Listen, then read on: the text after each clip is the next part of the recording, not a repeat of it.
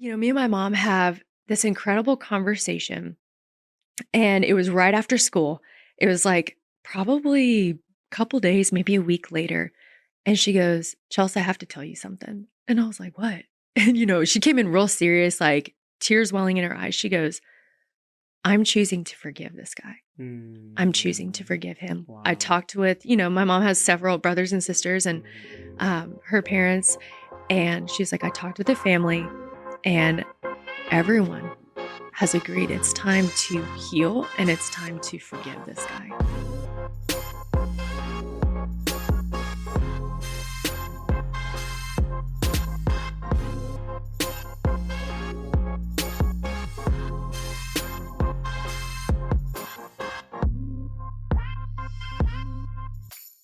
What's going on, everybody? Welcome back to Humble, where we talk about the real stuff you already know. And listen, this is season 2, episode 1. I'm super excited that you've been rocking with us for all this time. If you're just now joining us, I'm super excited, but I would encourage you, go back and watch season 1. There was a lot of cool highlights. I share my story, a lot of what I went through before really being a follower of Christ seriously, but even what my journey looks like now and how God has worked through that all the way up to now, and how this podcast was birthed. I give a lot of just context of what this is. You definitely don't have to stop this to go back and watch it, but I would encourage you at some point to go back and watch those episodes because it's going to give you a lot of context to what this is.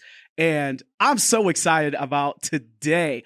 I have someone who has become a friend to me that we used to kind of work together. We'll get into that a little bit. But I reached out to her and I was like, sis, you've got to be on the podcast. I believe you have a story that's inspiring one, but I think that all of us in this community with Humble can benefit from. So without further ado, I cannot wait for you guys to meet right now, my friend, Chelsea Groomer. What's going on? What's up? Thank you so much for having me. Come on. I'm so excited. I'm so excited jazzed that you're here. I'm excited that you said yes. Oh, heck yeah. You could have been like, no, I don't want to do your podcast. Move on to somebody Are else. you kidding me? I was like, this is going to be so much fun. I get to hang out with Antoine. Come on. Heck yes. Oh, thank you. Thank you so much for saying that. Easy, yes. I appreciate that. Well, listen, there's so many areas that we could go with just who you are, what God's done in you. But I'd love to start here. I think anytime I have a guest, I think it's important that origin stories that people have, we flush that out a little bit, because if people maybe have seen you on social media or they have context to you that way, that there is some context there, but they're missing a whole lot, right? Of just who you are in your journey, just even as a believer in Jesus. So give us a little bit about you. Where are you from? Born and raised, all that kind of thing. Already loaded questions. So I'm like, all right, where do I start? Well, grew up in a Christian home. Missionary's kid, pastor's kid, Bible professor's kid. So lots of different roles that, my family has been through. And my origin story really starts at home. My parents have been Christians ever since I've known them, obviously. And I remember being such a little kid and we would do morning devotionals. And this is kind of when God speaks to me through humor a lot. So he and I's relationship, our dialogue is very humorous, and it's just, that wins my heart at the end of the day. And so I remember we were having family devotionals, and my brother, who's older than me, of course, being a little sister, I get super, super jealous of him. And he starts praying. We have a time of Bible study and then a little time of prayer. And I'm probably 5 or 6 at this point. And I'm like, dang it, Brandon prays so good. This is, my little mind, I'm like, I'm jealous. He has a superpower. He's like Spider-Man, my favorite superhero. This is not fair. And I remember one day sitting down at the breakfast table with my mom, and I was like, Mom, I want to pray it like Brandon prays. And she was like, oh, okay. What do you mean? And so we started talking, and, she presents the gospel to me, and it all of a sudden started clicking. And I just think it's so funny, how God uses jealousy of a little 5-year-old of her brother praying as cool as he did and going well, I want that too. I want Jesus in my heart. Oh. Okay, well, all right, let's get this done. How am I going to do this? And so my mom was like, oh, all right. And she presented the gospel. We prayed, and I accepted Jesus into my heart as a little kid. later in life, ended up getting baptized, once I understood what baptism meant. Mhm. And yeah, it's kind of the beginning of my origin story as, a kid I think it's really cool to see like parents passing down that legacy. Yeah, yeah. And I think that's such a testament to their faith and how they live their life out Yeah. to where I could come in and go, oh, well, I want that too. Yeah. It wasn't ever forced on me or anything like that, Mhm. but they lived it out. And I was like, something different. I want that. I want whatever that is. Yeah. So, Wow. Silly, like, Yeah. that's the weirdest way to get saved out of jealousy. But, Yeah. hey, God moves in different ways. I was gonna say, yeah, the Lord used that. Yeah. That's incredible. Okay, a couple things with what you said. Number one, Spider-Man is my favorite superhero as well. Let's go. This I liked is him before hilarious. he was cool. I'm just saying. Yes, me too. Yeah. Listen. Saturday morning cartoons, I was right there. Yes, me too. Oh my God, this is so funny. This is so funny. I meet very few people that have my same love for Spider-Man. Like, Thank you. I love it. It's felt. That's great. Yes, it's literally my favorite superhero. But the other part in that is like, shout out to your parents. Yeah. For cultivating a space for even your mom leveraging that moment that could have been like a reprimand. Yeah. In that, like like if she felt and sensed any like just weirdness or malice in your heart towards your brother, being like, no, let's invite Jesus into this. Like, so wise. Like, shout out to your mom. That's big time. That's big incredible. That's so cool. That's so cool. So did you say where you're from?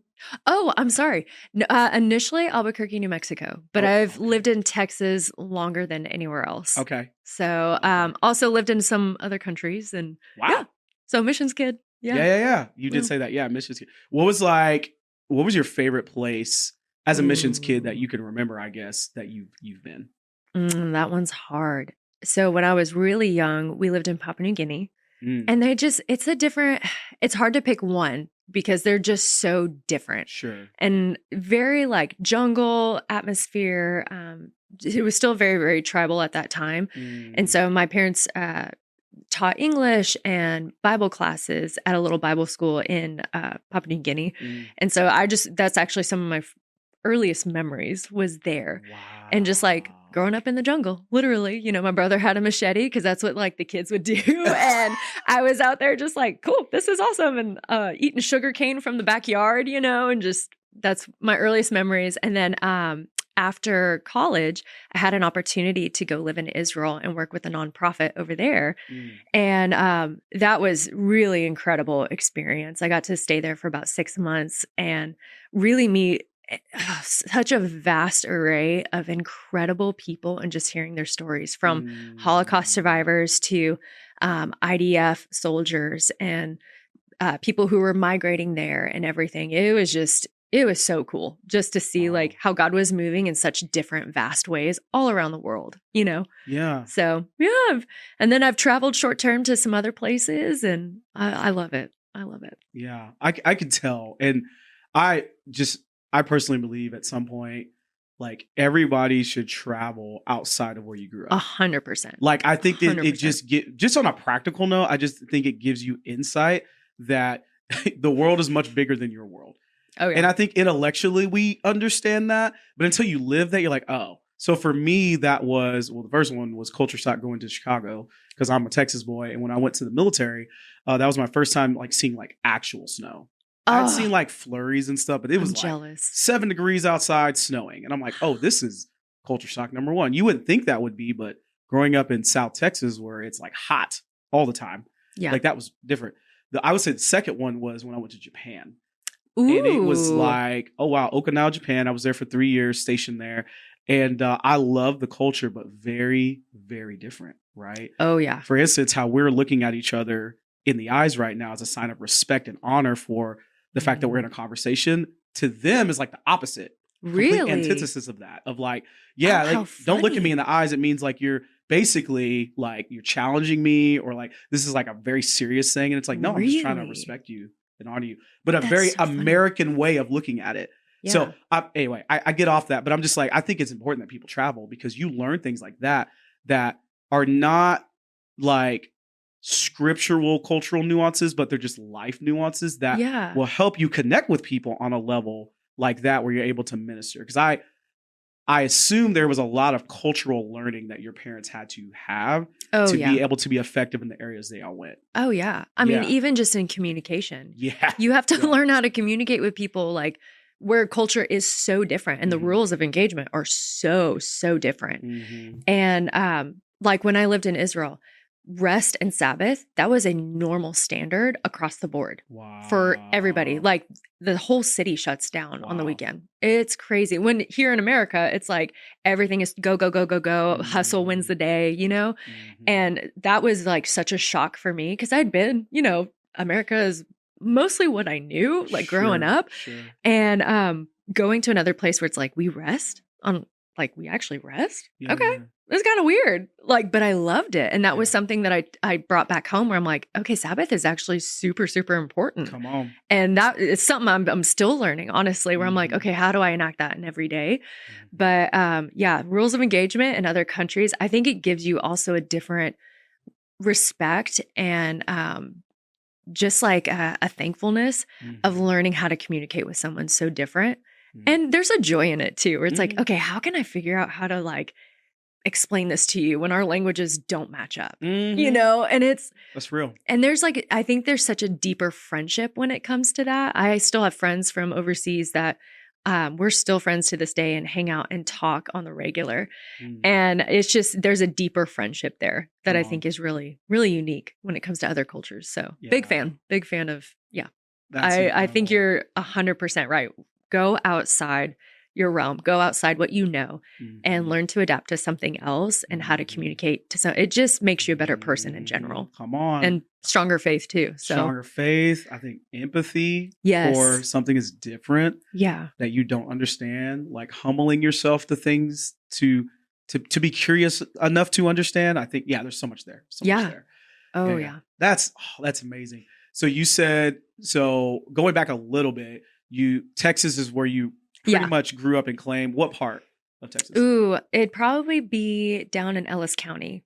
Okay. So down the Waxahachie, Red Oak area. Yeah. That's probably where, I would claim the most. All right. Cool. Yeah. So DFW is your home pretty much. Like just, yeah. This is, you're very familiar with DFW. Okay. Oh yeah. Yeah. No, that's amazing. And I love hearing just, like, there's so much already that I feel like you've blessed us with in the sense of like your experience and even presenting the gospel to cultures that are different than you. And again, I think it's so important that we get a context that's outside of our norm. Super important. So how did, like, as you grew up, you said, you know, your mom's like, hey, this is the gospel, early age. So you grew up with a Christian worldview, which is amazing. Yeah, big and you got baptized later.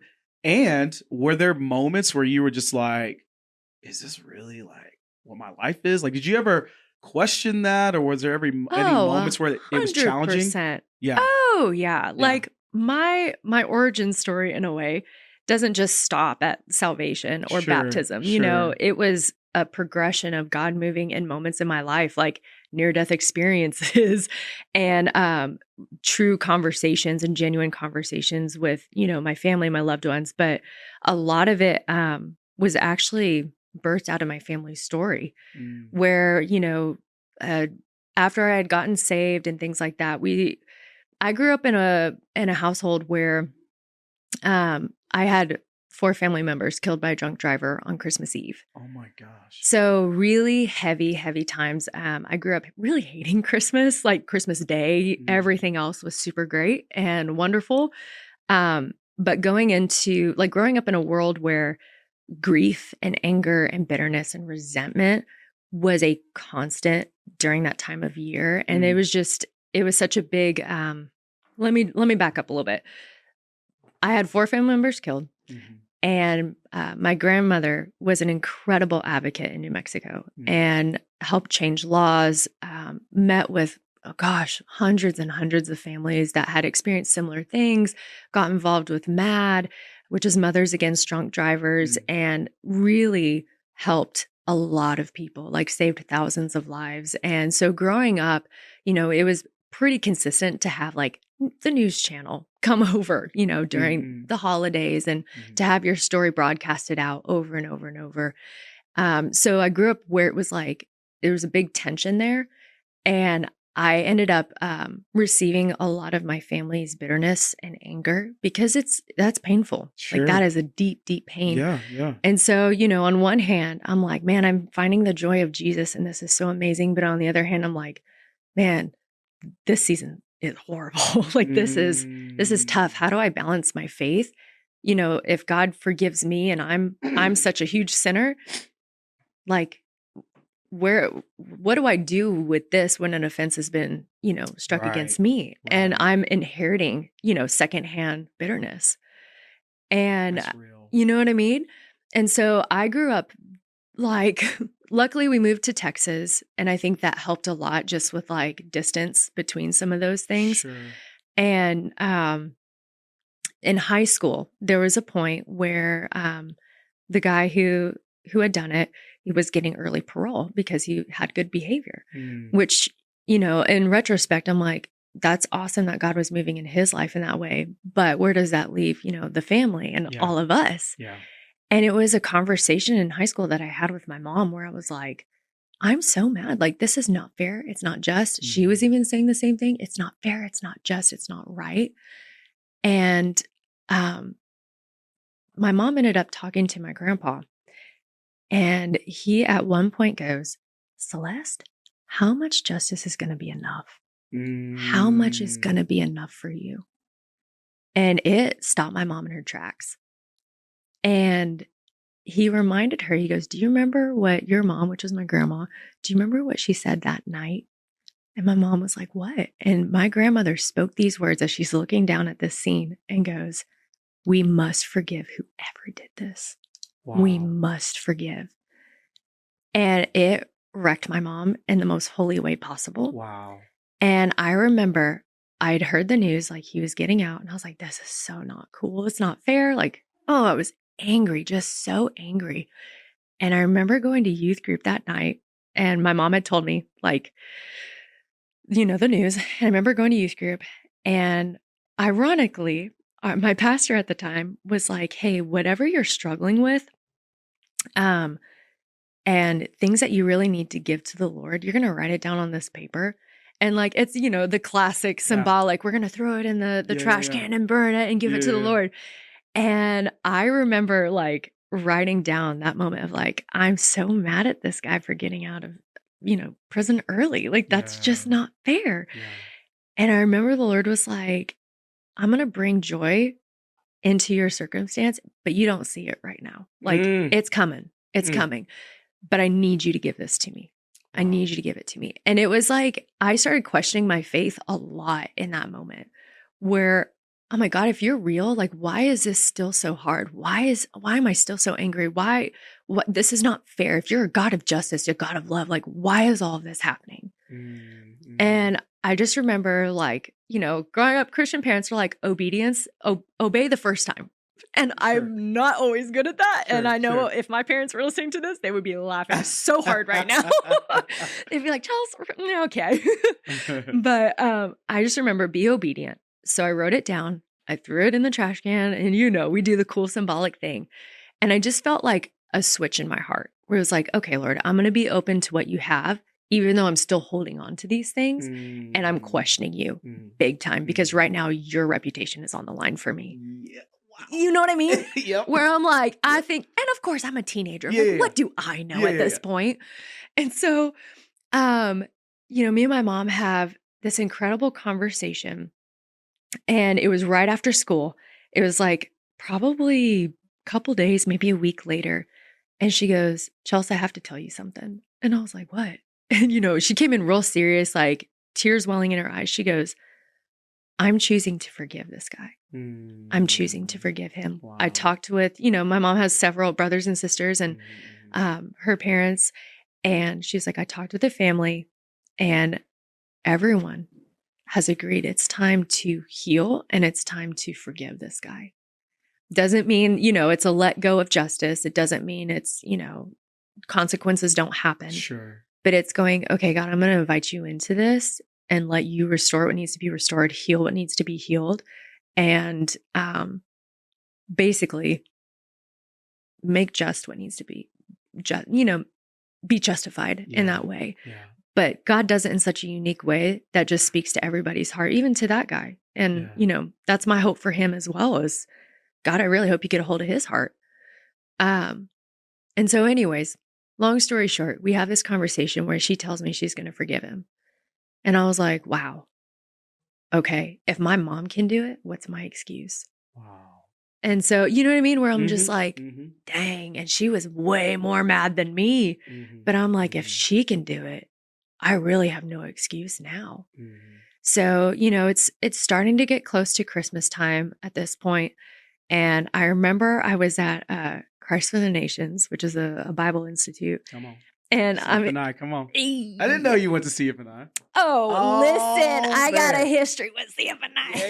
Yeah, let's go. I love that place. Okay, yeah. Amazing worship. Anyways, sorry. Oh, you rabbit trail. So anyways, we end up, my parents had worked there and stuff. And so I ended up going to one of their services just randomly. And it was supposed to be they do worship and then a lecture and then, you're free for the rest of the day. And so I get there and the worship was just incredible. Just a time of like, whoa, God is in this room. It's amazing. And I remember that they had said, we're actually not going to do the lecture today. We just really feel like the Holy Spirit is moving. And we just feel like people need to start praying. And just like, it's a time for you and the Lord. And you just need to soak in his presence right now. Come on. And I was like, oh, well, this is not good timing because I'm really mad today because I know Christmas is coming up, and I'm like, oh, this is the worst. Yeah. So I was actually really mad and I started praying, again, teenager at this point. So I started praying and I'm like, God, you've got it. Like, I'm glad my whole family is like forgiving this guy and they're moving forward with that and, sharing just the love of Jesus with this guy in all these incredible ways. And that's such a bigger story there. But I was like, and you're working on my heart to forgive him. And, I'm coming around. But at the end of the day, Christmas is still awful. It's a time of grief. It's a time of sadness and hurt and pain. Yeah. And I was like, God, I don't want it to be like this anymore. You got to do something about it. And God just goes, why don't you? Why don't you do something about it? And I was like, well, okay, like, what am I going to do? And he goes, like, I immediately get this picture, and I don't know if you've seen this movie, but it's called Dan in Real Life. It's with Steve Carell. It's interesting. It's a fun movie. Anyways, there's this scene where the camera takes you from inside a house to outside where this dysfunctional family is together and the boys are on one team, girls are on the other. And they both just like are playing, they're against the clock and they're playing some kind of game, like a puzzle, and whoever finishes first wins. But it just takes you through this whole scene of like just seeing the joy and the fun and just the togetherness. And I remember that scene so vividly. And I was like, that's what I want, God. That is what I want. Because I feel like my family has been so dispersed, and there's not a time to come together. I just want healing. And that's the kind of picture I want. And all of a sudden I start getting these ideas of like, oh, we could play games at Christmas. We could basically have we ended up calling it Christmas extravaganza, but it was basically like we could have all these fun games, intentional devotional time, prayer for one another, encouraging one another in such a short season to redeem what has been taken and stolen from us and destroyed. And I was like, okay, God, I just started writing down ideas, and it was like youth camp, but like family version / Christmas themed, if that makes sense. Like we were doing flag football, we were doing scavenger hunts and just things that would bring us together. And I was so nervous because I presented it to my parents. I was like, this is what we're going to do this year. And they're like, okay, like, wait, what?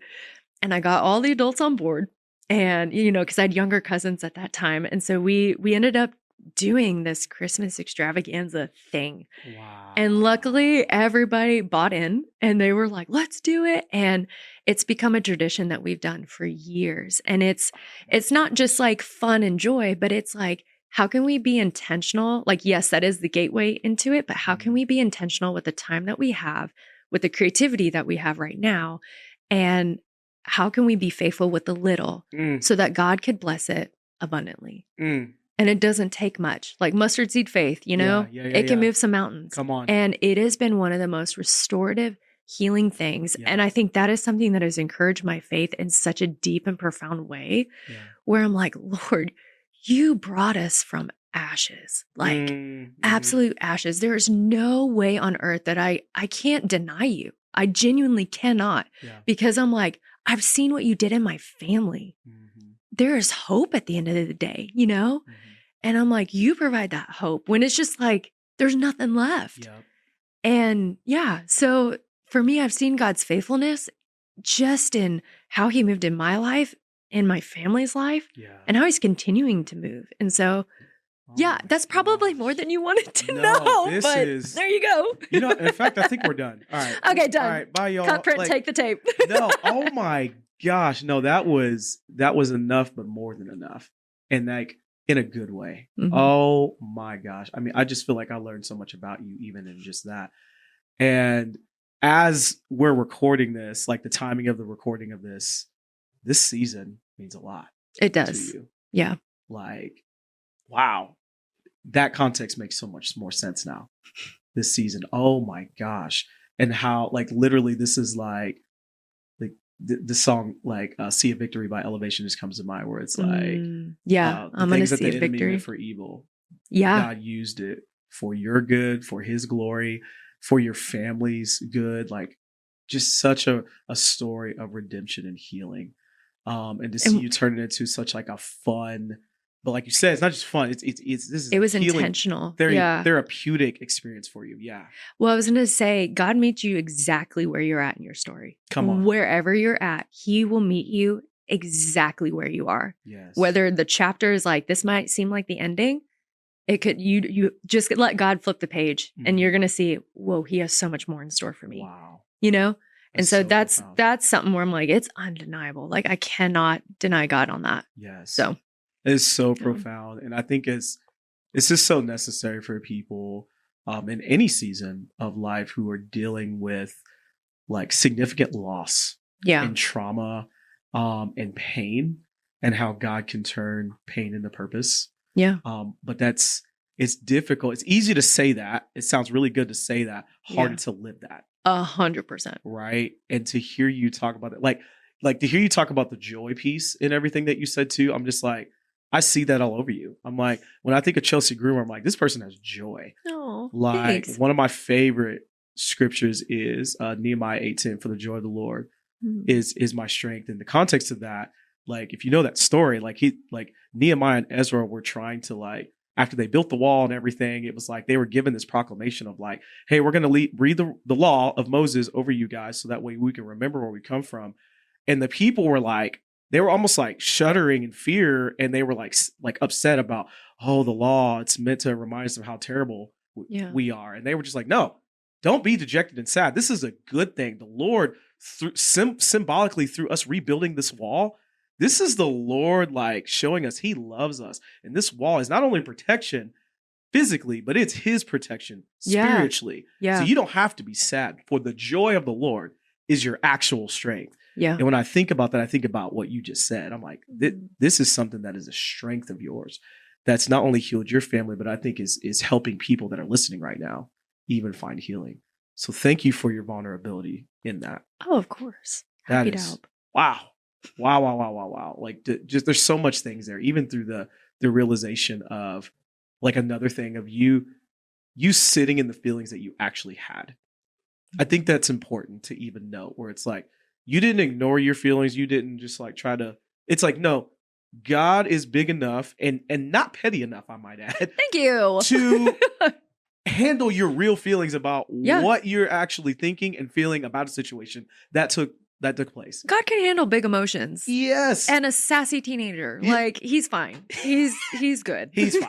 And he's God. He's good. So so to hear you be like, this was the reality of what I was feeling and the pain that I had as a teenager, and the fact that I took a faith step, even though that trust was not all the way there. Yeah. Oh, yeah, no. It was like we were teetering. And there was conversations where I was like, I told my parents, and they're pastors, they're Bible professors. Yeah. I said, I don't know if I believe this anymore. And they were like, Okay. And yet, to their credit, let me just give them big credit. They have never forced Christianity on me or my brother. Yeah. And I'm so thankful because how I'm wired, I'm going to buck up against it and go, okay, you're going to tell me what? Like, excuse you? Again, sassy teenager. And so they never forced it, but they were like, here is why we believe it. Yeah. Here's how we live it out. Yeah. You know, and when you're under our roof, it's our rules. And I'm like, okay, that's fair, understandable. Yeah. But they're like, Chelsea, let's talk about it. What parts are getting hung up? And we would just have these deep, ongoing conversations. And, you know, during that time, I had friends who were even questioning their own faith and all of that. And so it was just, to their credit, huge in my faith walk to be like, let's talk and actually disciple people up. So come on. Parents play a huge role. Huge role. You preaching. Listen, there's a couple things that come to mind, and we can go wherever else you want to go, but I'm gonna look right in this camera and just say, if our friend who's here right now, Chelsea, can experience healing, you can too. That your story is real, it's valid, there's pain in it, there's real trauma, there's real nuances that you may feel like people may not understand. And here's the reality, maybe they won't understand fully, but God knows, and God understands, and God was there, and God is there right now. So my prayer is, as you've heard her talk about this story and this journey, that you are able, even now, as you're listening, to feel the presence of God literally into your living room, into your car, wherever you're listening to this right now. And you feel his peace cover you because his grace is sufficient. His healing is available. His peace is available for you to not have to stay stuck in whatever you're stuck in right now. You can actually have healing. You can actually have healing. It's true. 100% true. Yeah. And the other thing I just want to note real quick, this is more for me. So that was for them. This is for me. Okay. I think being a pastor and having kids, something I like to ask all of my PK friends, who and all perspectives are valid. Let me caveat this by saying that all perspectives are valid. And there is a difference between someone who grew up in a Christian home and their faith is still intact, yes, versus those who ran away. Yes. And they could, I'm sure, give me some things to learn from, but it's like, yeah, but you don't believe in Jesus, right? At least right now. Yeah. Maybe God's still working on that. Maybe there's a prodigal thing there, but right now you don't. But for my friends that, like, I could tell you have a thriving, active relationship with Jesus, and your parents were a huge part of that. What advice would you give someone like me, or even just Christian parents in general? Let me just level this even more. Of, like you said it a couple times, your parents didn't force Christianity on you, but it sounds like they lived it out really well. Yes. So what advice would you give someone like me?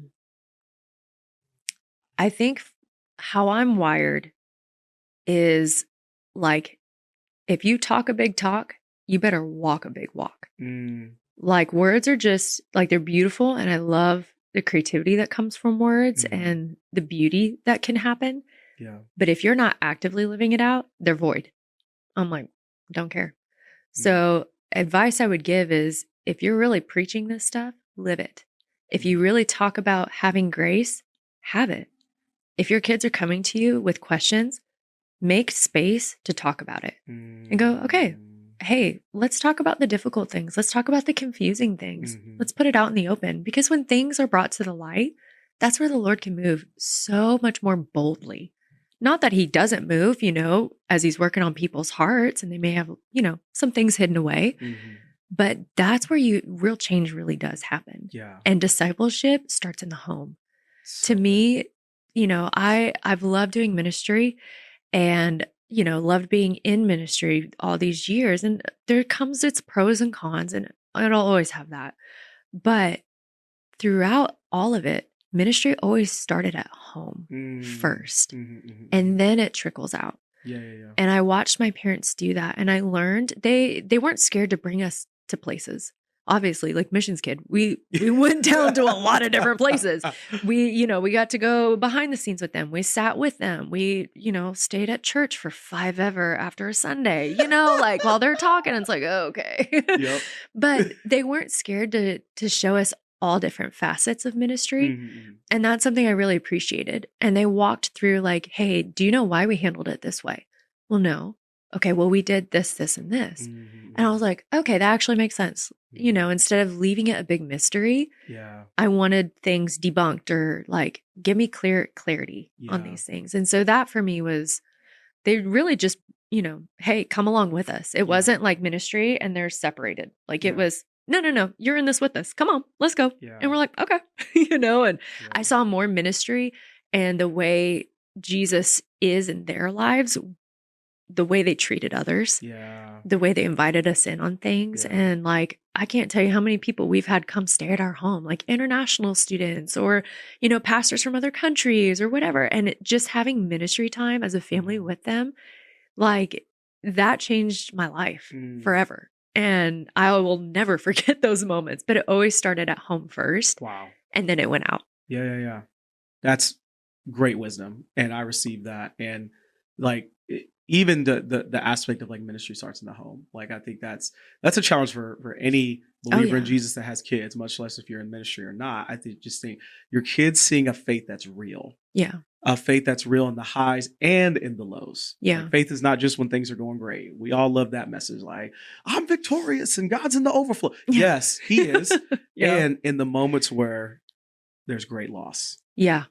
He's also there too. Yeah. Like that to me, and to watch your parents navigate that, even the reality of your mom's emotions, and you were able to see that, y'all worked through that together, the forgiveness that she exhibited, you eventually exhibited too. I just think all of that was a part of the discipleship journey that you had.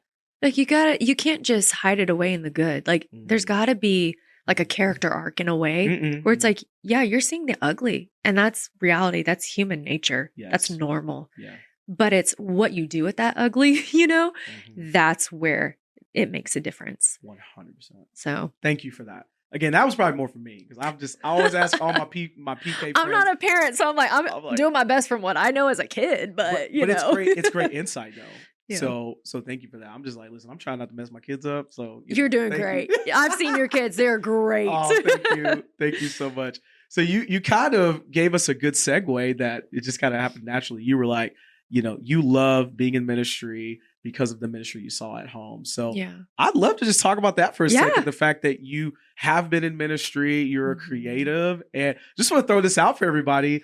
Chelsea said before we started recording that usually she's used to being on the other side of the camera, helping to like produce things like this. Because she has so many gifts and talents. But this is kind of your first time in this, at least in this way, being in front of the camera. It's weird. Yeah. I'm like, I don't know about this. Thank you. I'm still very nervous. Yeah. But this has been fun. You are doing fantastic. So, okay, talk to me a little bit about, so you do photography, like you're a master wizard at like the marketing, social media. Oh gosh. I just feel like all that. From my perspective, I think you are top tier creative that I feel like a lot of people can learn from in your experience. I think I really feel like you've helped to bless not only Lake Point that you were a part of, I think, and what we're a part of, I think like other churches have benefited. Maybe they didn't know it was you specifically, but it was definitely your influence in that. Aww. So I think I would love to just jump in this conversation within your journey and your story. Where did this like creative aspect of who you are come out? Oh, it began way, way early. Okay. So early. My first love and always will be is writing. Okay. I love to write. I've created stories when I was a kid, drew characters and like, made character bios. And I was like 7. I'm like, this is amazing. And I love it. And I didn't realize this is a strategy that a lot of people do, script writing, storytelling. I love it.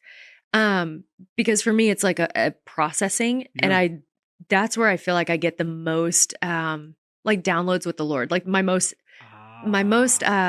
intimate and like purposeful conversations is when I'm writing. Yeah. And that's when I have the best dialogue with the Lord. Wow. So that's where it truly started, is early on. Then my dad got me into cameras and we would do like home movies and things like that. I would get all the neighbor kids to like come over and like, let's make a movie. And I'm so glad social media was not a thing back then. Because I'm like, don't we all? Oh, I'm like, thank goodness I missed that era, So I was very, very thankful on that.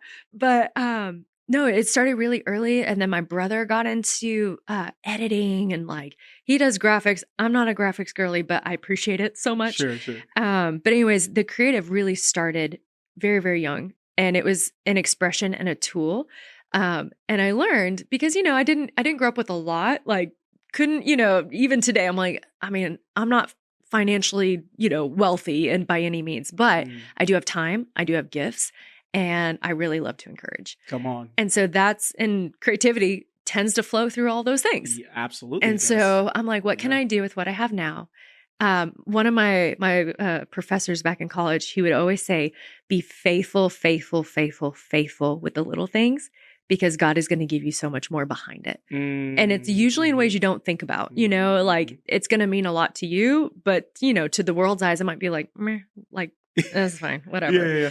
But basically creativity is just the vehicle of ministry. And I love doing it everywhere, whether it's writing birthday cards at the office. I love to take a moment and go, yeah, I could write just a quick little, hey, happy birthday, ba-da-da.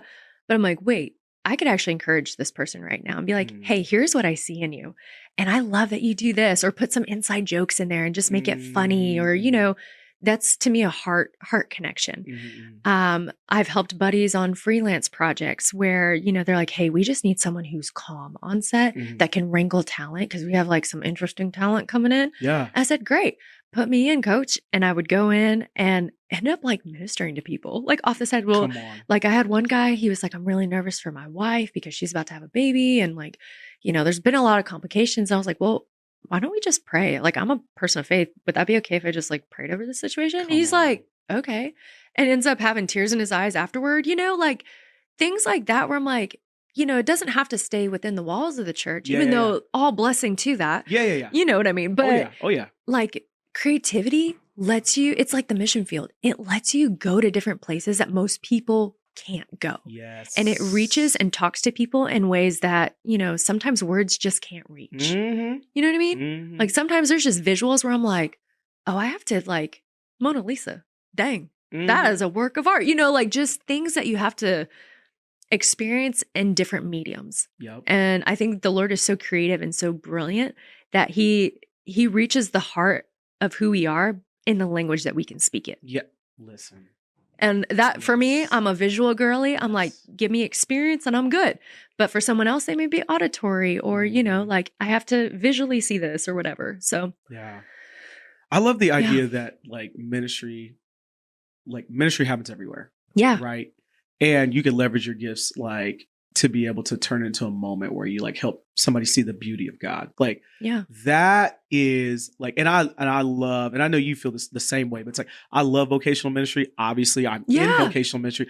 I love it. There's a place for it. It's necessary. Like the ecclesia and people that can lead in that is so necessary. Absolutely. And not everybody's called to that sector, nor should they feel like they are. Yeah. And I do feel like for a long time, especially before like podcasts and, things like this were more just normalized and regular, I would say. Like I feel like everybody has a podcast now and it's such a normal thing. Social media, same way.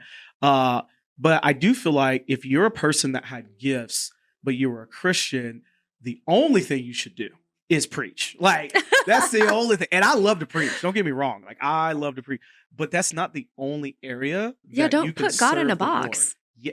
Don't put God in a box. I'm sorry. Like, no, I can't tell you how many times when I was doing, I've ran so many different social media accounts. And especially like for the Christian ones, we would get messages in and it's such a vulnerable place, but there's such a freedom in writing something out. Like trolls are so like, oh yeah, I'm going to say this, but I would never say it to your face. Like I can say it online, but there's just a different level of vulnerability. I can't tell you how many times we've gotten DMs of people like, I'm struggling in this, or I need help. And I would never admit this in person, like literally messages I've read. And I was like, okay, well, hey, what can we do now? Like, it was a great opportunity to not only connect them to resources or, pastors or ministers or churches, in their area. Yeah. But I would always have the message of like, hey, can we just pray for you right now? Yes. And they're like, yeah, I would love that. And I would just write out a little prayer sent it to him. I can't tell you how many times people were like, thank you so much. I really needed that. And it's not me. It's just going, okay, what can I do with what I have right now, where I'm sitting? Yeah. How can I be faithful in this little moment? Yeah. What is that going to do for someone's eternity? Yeah. You know what I mean? Mm-hmm. And so I'm like, what can I do to be faithful for like photography? I love taking pictures. I'm not a pro by any means, but I love it. It's something fun I enjoy. And I remember I asked a friend of mine, I just had her on my heart and she had had a really tough year. And I said, hey, I would love to take you down to Dallas and like just do a fun girls photo shoot. Like wear an outfit that makes you feel pretty and just like no charge. Just want to go and have fun and take pictures of you. And she was like, okay. She goes, I actually have been needing some new headshots. Okay, yeah, no, that'd be great. We go out, we have a fun time. You know, I'm like, girl, work it, own it. Like, I like to have fun, you know? Yeah. And so, you know, we just had really good intentional conversations out of that, which was, it just strengthened our friendship. I was able to encourage her. And I sent her the pictures. I'd edited them, you know, about a week later, sent them back to her. And she goes, Chelsea, it's been a long time since I felt pretty. Thank you so much for this. And she's like, I'm literally in tears. Thank you for making me feel pretty. Wow. And I was like, you know, it's not just, you know, a vague or, you know, what's that word? Anyways, whatever. But it's not just a moment of, vanity. That was the word. Yeah. It's a moment to encourage and go, hey, let me show you how like God sees you and like how I see you. Yes. And let me just tweak it with my creativity a little. And, you know, just to be a blessing to others. I love that. I can't tell you how many times I've jumped on projects just because it was a buddy trying to, you know, he's making his own production company. And I'm like, dude, I see this in you and I know you don't have the funds right now. So I want to help you get there. Ooh, come on. And they're doing it for the Lord or capturing someone else's story or just meeting people where they are in their story. Yes. I love going into a room with interviews and just, hey, tell me about your life. What's God doing in you? And genuinely just hearing that. I've stayed friends with so many people we've done like video interviews with. And I'm like, okay, where are you at now? What's the update? Like, this is amazing. And just being able to encourage and pray for people, just, you know, wherever you're at in your skill, wherever God has put in your heart or, you know, whatever skill you have, just use it. Yes. Start somewhere. Yes. It doesn't matter the skill level. It doesn't matter the equipment that you have.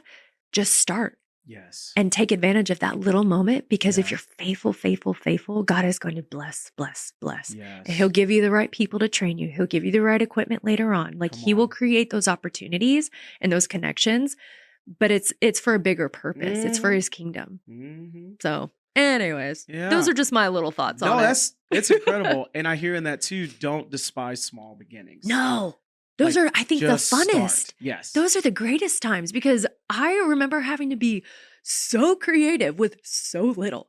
And I think it was like in college, we had to do like so many different projects. And I would get my team together and I'm like, okay, y'all, we got to figure out how to pull this whole like weekend warrior project together. And it was like, we had like different challenges and stuff. It was a really fun class. And we're thinking like, oh man, we have no idea how we're going to make this happen. We have this cool thing in our head. And just how everybody put their creativity and started working together and collaborating, that was the funnest part. Yeah. And we started thinking outside of the box of like, okay, we don't have like professional lights. What kind of lights do we have? A light bulb. Great. Okay, let's do that. We'll put up a sheet. We have a sheet to diffuse it. Great. Awesome. You know, like we're going to figure out how to make this happen and make it to the best of our ability and grow from there. But I think those are the most exciting because you get to like, you just think outside of the box. Like, how can we make this happen? Let's figure something out. Let's work together, you know? And I think that's where like God moves in people's giftings, their strengths and weaknesses and helps cover those weaknesses. Yes. But it's like, you get to have those in-between moments, you know, you're making a project, but you get to have these in-between moments of maybe you're snacking, you know, taking a break and it's like, having a deep conversation with someone. Yes. Or like, hey, dude, can we just pray about that? You've been on my heart today. Like, or just texting them. Like a text goes a really long way. Yeah. Like a lot of people don't realize it. It goes a long way. Yeah. Anyways. Yeah. No, that's great. So Chelsea, what I hear you saying is it doesn't have to necessarily be an event or like, you know, something like that to minister to people. You're saying you could minister anytime, anywhere. Shocker. Wow. Shocker. It's like God told us to go into all the world, you know, like even the little corners and the little spots. Yeah. Shocked. Yeah. I mean, I'm making light of it, but I think like there is this perspective that I think a lot of people still have, that ministry looks and sounds a certain way. Yes. And if you do it outside of that certain way that my perspective thinks it should be, then it's wrong, or dare I say, a lot of people would say it's sinful. Yeah. So like I just love to know, like being a creative, what's that tension been like for you of like wanting to honor, different churches that you work with and things like that, honor the heart of the house, which is important, but also at times did you feel like there was maybe some tension of like maybe creative freedom or liberty in how to minister for people? Yeah. Yeah. Okay. That's a loaded question. Depending, and it's so depending on like relationships and structure and things like that. So keeping all of that in mind, it's going to be different for everybody's situation. Sure. I will say, if you're at a church, you need to honor what leadership is put in place. You need to honor the vision and things like that. And for a lot of creatives, lovingly, it's not your voice. Lovingly, it is not your soul voice. We need to hear that. And I'm like, that one is hard for me to take that too, where I'm like, but I have this really cool idea and da-da-da. There will be a time and a place for that. Okay. Just trust the Lord on that. There will be a time and a place. Okay. Whether that's a personal project, whether that's a project down the line, whatever. You have to understand it is not your voice. Yeah. It is an organizational voice in a way. And whatever the Lord is entrusting into those leaders, you need to honor that. Yeah, it's so good, Chelsea. Like lovingly. And there's been times, just in my experience where I'm like, I fully disagree. Like, I don't agree with that. Anything short of sin. Like, let me just preference by saying, if it is not right, you take the proper precautions and like, deal with that. But if it's just like an opinion or subjective thing, like, no, it's not your voice. And I think the quickly you understand that, the more you're able to flow. And there's like certain things where it's like, well, that's not my style. That's not, and I'm like, lovingly, if you want to be a better artist, you're gonna have to learn different styles. So good. I know. It hurts. It hurts. And there are some where it's like, dang, your style is amazing and creative and like funky fresh and I love it. But right now this project is calling for like very clean, very corporate vibes. You know what I mean? Like, you're going to have to adapt. But I think that makes you a stronger creative. Yes. If you can understand, okay, what is this audience seeing? What is God doing in this project? How are we communicating this to the best of our ability? And then, do what's being asked. Great. But then like process up, like, whatever the chain of command is, process upward and go, so hey, good. And sometimes it's a building trust moment where it's like, okay, Lord, what can I do now? How can maybe I need to show him in a personal project, like, hey, this is what I could do. Would you be open to something like this? Yeah. And I've seen it multiple times where like, oh, that's what you meant. Half the time it's like communication errors, where it's like, oh, I thought you meant this. So showing someone in a language that they understand so good. And communicating that so good. Is such a big, big thing. Yes. You know what I mean? Where like some people just may not visually understand what you're saying. You're like, I've told you 500 times, like this is what I meant. But they may just have to be like, okay, watch this video and that's the style I'm talking about. And they're like, oh yeah, go for it. You know what I mean? Yes. So it's understanding the people that you're in the trenches with. Yeah. And sometimes even praying helps a lot. Yeah. Where you're like, Lord, they're just not seeing it. They're just not seeing it. And, process where you need to process in those safe places. Yeah. It's okay to like vent when you need to. Like, nothing against that. Make sure it's in the right place though. Yep. And don't carry that in with you. Yes. Because at the end of the day, you're supposed to be going, hey, Lord, how can I serve you the best of my ability with what I have right now? And if there are restraints on there, okay, that is the organizational's voice and that is what's preferred right now. So and when there's an opportunity for that to become open, like an open door, Lord, give me that opportunity to like voice some things. That's so and good. Where they'll be receptive to it. Yep. And sometimes it happens and sometimes it doesn't. Yeah. But you got to figure out for you at the end of the day, hey, am I going to be okay if it doesn't? Like sometimes there's disappointment in life, but what can we learn from that in that moment? Yeah. you know, Mm-hmm. where it's like, okay, Lord, what are you teaching in me? Do I need to be more flexible? Do I maybe need to be more joyful? Yeah. Maybe this isn't about me. Maybe it's Mhm. about like what you're trying to do in the hearts of our people, maybe in the heart of me. Yeah. You know, Yeah. there's a lot. So I'm like, That's really it's good. such a wide That's really range good. of circumstances. 100%. Yeah, there's a lot of nuances there, but I think one of the things you said that's important from just like the beginning when we started this portion of what we're talking about, I think relationship is super important. Like that creative to lead pastor, senior pastor, Yeah. whatever it is, ministry lead, whatever the caveat is there. It's like that relationship has to be so pivotal to where we can actually have real conversations of feedback. Yes. Real conversations of, hey, I love that idea, but it's not the time for that, without, as the creative, be taking that like a personal indictment on who I am. Yeah. Like, it's like, no, this is just not the idea for this thing. Yeah. And like you said, maybe that idea is reserved for a personal project or something different. Yeah. And for us to be able to receive that in such a way that is like, okay, I'm going to be okay.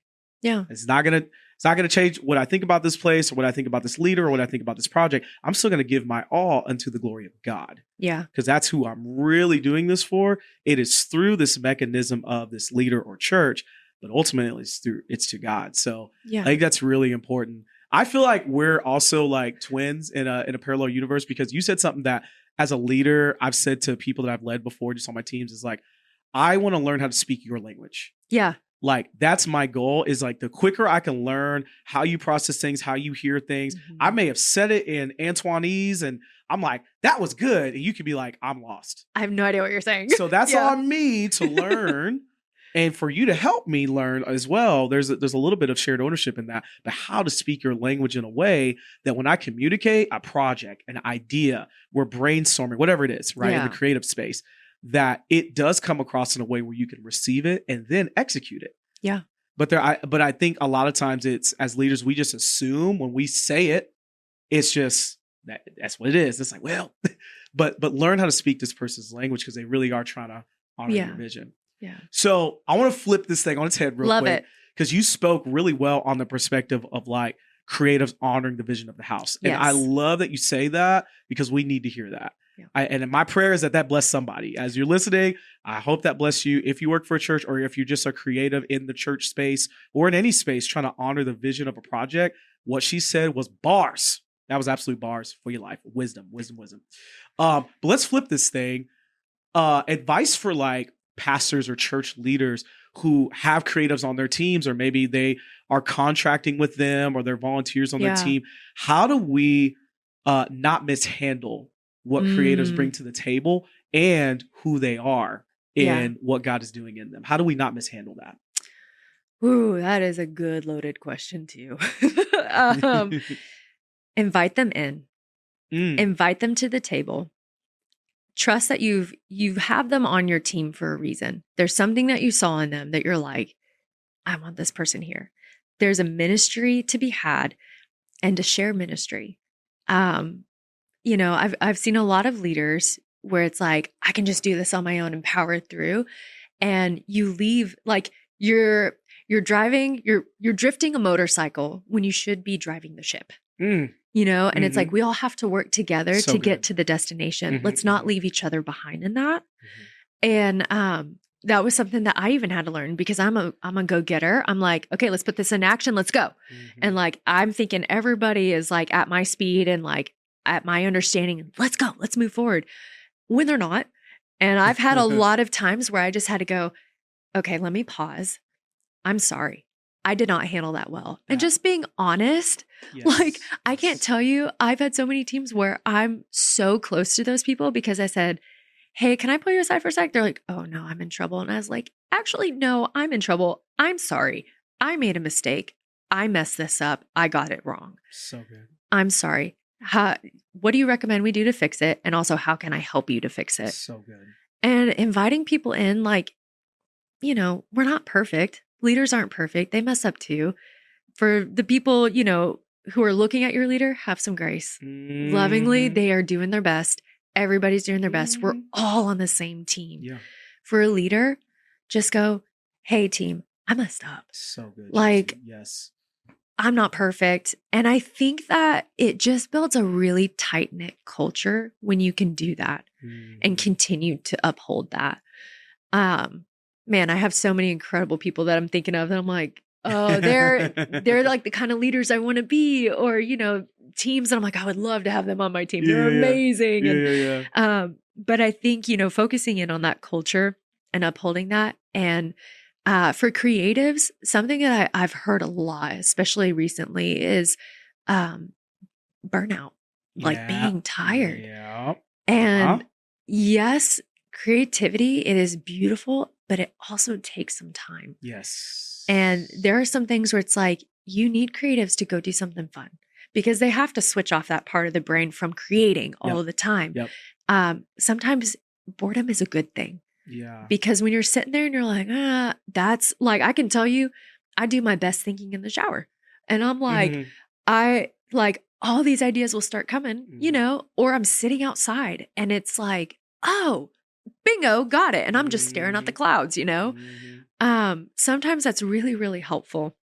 But at the end of the day, I think it's really, really important to remember we're all on the same team. Yeah. We all have different personalities. So great. We all have different skills and strengths. How can we help improve each other's strengths? How can I include them into the conversation? And how can we grow together and move this big ship together? That is I love bringing people in and going, okay, let's figure this out as a team. So good. And I think it creates a really good culture of collaboration of, hey, what's God doing in your life? And there are a lot of times where I had I had some employees where they were like, oh, I have this idea, or we should approach it this way. And I'm like, that's brilliant. I've never thought of that. Let's do it. Let's go. And, just helping mediate and guide things just to keep us on track, but let them use their giftings where they're gifted. Let them run. Yes.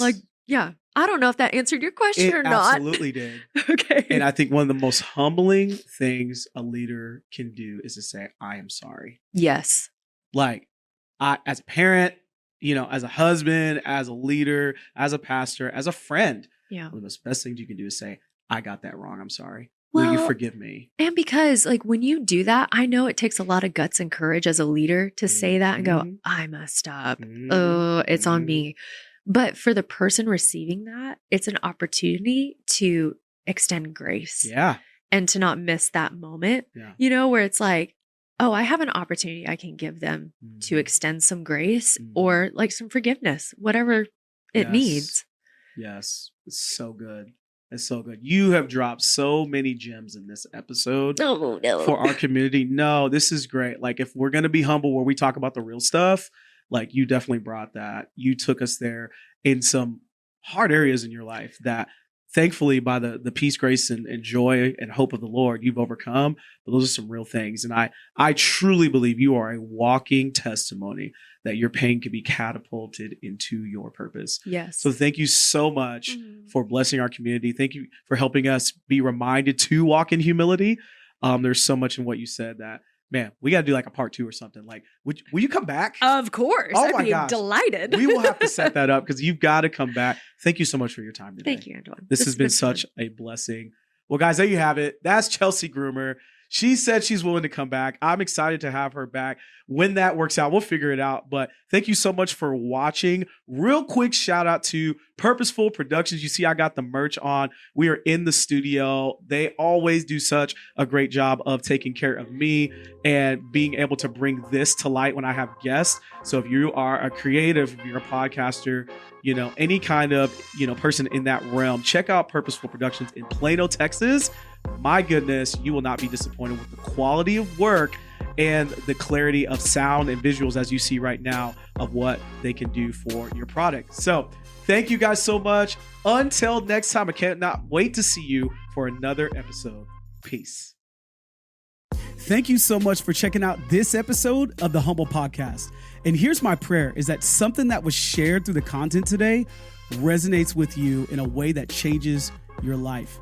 And I could actually use your help with something. While you're watching this, would you mind subscribing to what we're doing on YouTube? As you do that, that helps other people to be able to see and value what we're doing, just like you do. But also tap that bell icon so you never miss an episode. Next, if you are listening on Spotify and on Apple. Leave us a review or comment so that way other people can see what God is doing. And lastly, I would love to invite you into the Patreon community. Simply go to patreon.com/humblepodcast and you could become a patron where you can financially support what we're doing. That gives you access to perks and rewards and like special Q&As and different things like that I'm doing. So that way this community can actually be one where we foster vulnerability and we talk about our real stories and our real journeys with Jesus. Thank you so much for doing that, and I cannot wait to see you next time.